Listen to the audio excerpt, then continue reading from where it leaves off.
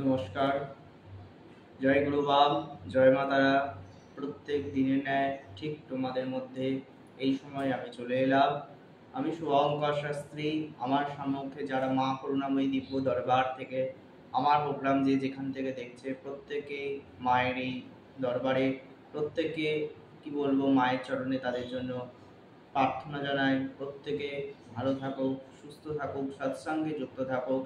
প্রত্যহ অনুষ্ঠান তোমরা ফলো করছো, যে যেখান থেকে দেখছো অবশ্যই অনেকে লাইক, কমেন্ট এবং শেয়ার বা সাবস্ক্রাইব যারা করছো তারা জানে এই অনুষ্ঠান তান্ত্রিক, জ্যোতিষ, গুরুত্বপূর্ণ বাস্তু, ভৌতিক এবং বিভিন্ন রকম এখানে আধ্যাত্মিক কথা এবং খুব গুরুত্বপূর্ণ আলোচনা।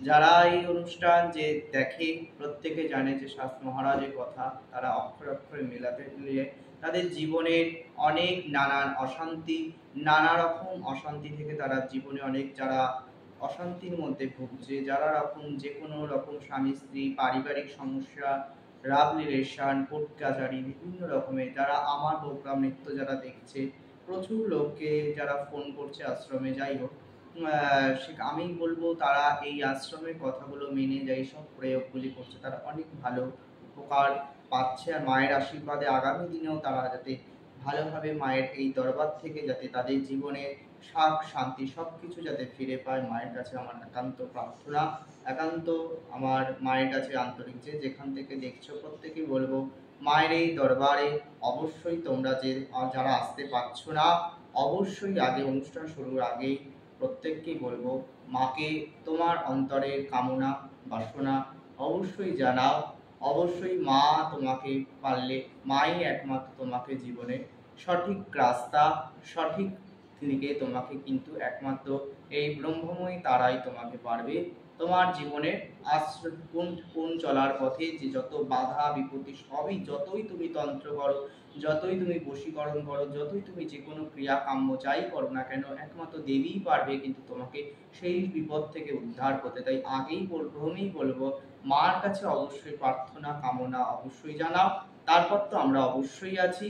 অবশ্যই তোমাকে জীবনে ব্ল্যাক ম্যাজিক প্রয়োগের মাধ্যমে বিভিন্ন অনেক উগ্রবিদ্যা বিভিন্ন রকম প্রয়োগের মাধ্যমে সে তোমাকে গাইড করে দেওয়া তো অবশ্যই আমাদের কর্তব্য। কিন্তু বিষয়টা হচ্ছে আগে সর্বপ্রথম মা, তা মা ছাড়া আমাদের জগতে কোনো কিছুই সম্ভব নয়। তাই আগে জগত জননীকে ওনাকে জানাও, উনি তোমাকে চলার পথ সঠিক দেখাবে। আর প্রত্যেককে আর একটা কথা বলবো, আজকে অনুষ্ঠানে প্রত্যেকেই আমার স্ক্রিনের যে বিষয়ে আলোচনা সেটা প্রত্যেকেই দেখে নিয়েছো, যে যাদের জন্ম তারিখ অনুযায়ী কোন কোন তারিখে যাদের জন্ম নিশ্চয়ই আমি আলোচনায় বলবো। সেই যারা সেই তারিখের যাদের জন্ম তাদের কেমন হয় এবং তাদের স্বভাব চরিত্র কেমন হয় এবং জীবনে তাদের কি কি ফিল করতে হয় সেইগুলো নিয়ে আমি অবশ্যই আজকে আমার প্রোগ্রামে আলোচনা করব। আর প্রত্যেকেই বলবো অনুষ্ঠান অবশ্যই কেটে কেটে দেখো না। অবশ্যই প্রত্যেককে বলবো অনুষ্ঠানটি অবশ্যই প্রত্যেককেই বলছি যে যে কোনো অনুষ্ঠান কেটে কেটে দেখলে কি হয়, তোমাদের কোনো ধরো আমি একটা মন্ত্র বলে গেলাম, সেই মন্ত্রটা তোমাদের বাদ হয়ে যাবে বা অথবা তোমরা হয়তো খেয়াল করতে পারবে না। এতে তোমাদের কোনো রকম আমার দেওয়া কোনো টোটকা, কোনো রকম কোনো বিদ্যা, কোনো রকম কিছু যদি আমি দিয়ে থাকি অনুষ্ঠানে, এতে তোমাদের সেই কাজটা সঠিকভাবে কিন্তু তোমরা না করতে পারলে কিন্তু তোমাদের সেই কাজের সময়টুকু বা যেই টাকাটা খরচ করে তোমরা করবে সেটা কিন্তু বিফল হবে। অনুষ্ঠান সবসময় বলবো চাই একটু হাতে সময় নিয়ে 10-15 মিনিট, অনেক সময় অনেক দিকে যায়, তাই বলবো সময় হাতে নিয়ে 10-15 মিনিট অনুষ্ঠানটি সম্পূর্ণ দেখলে তারা অনেক কিছু তোমরা শিখতে পারবে, অবশ্যই জানতে পারবে এবং এই আমার দেওয়া টোটকা প্রয়োগ সমস্ত কিছু করে অবশ্যই ভালো থাকবে। তার জন্য অনেক কিছু এই হচ্ছে বিষয়।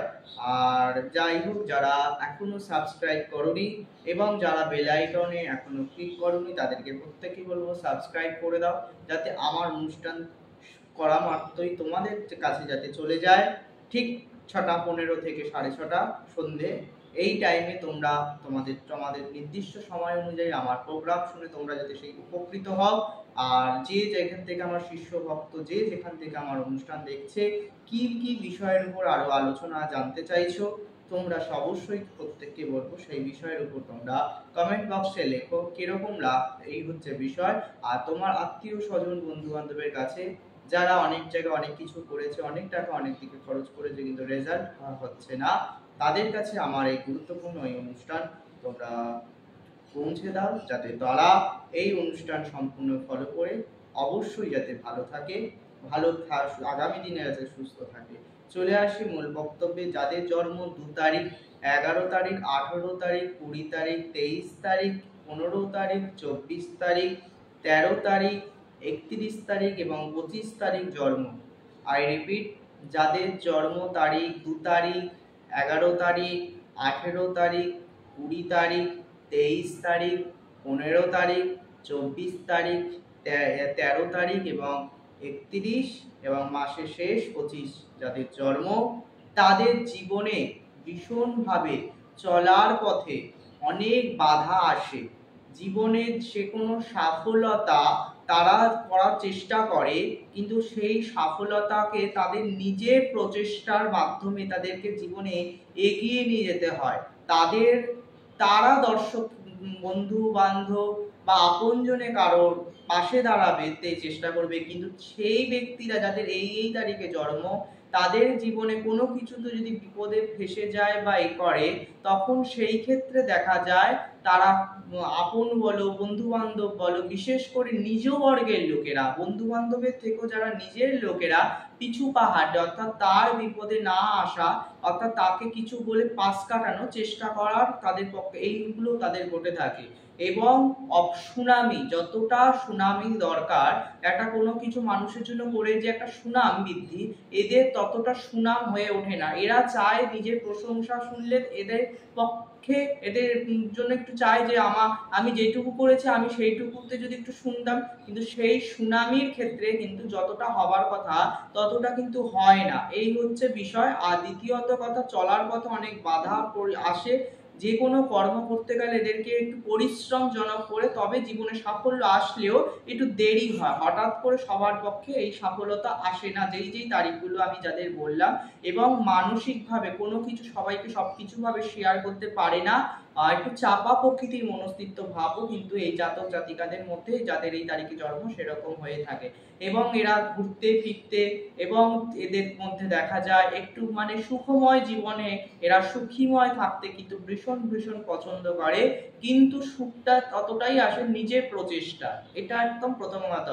এরা ভগবানের আশ্রয় বা ভগবানের বিশ্বাস ক্ষেত্রে যাদের 18, 20, 23, 13, 15 এই যে জন্ম তারিখগুলো যাদের, তারা ভগবানকে বিশ্বাস করে, কিন্তু এক সময় ভগবানের প্রতি থেকেও এরা আস্থা হারিয়ে ফেলে, যে আমার কর্মে যা আছে কপালে যাই হবে, এরকম ভাব পরিস্থিতিগুলো এদের মধ্যে কিন্তু এগিয়ে আসে।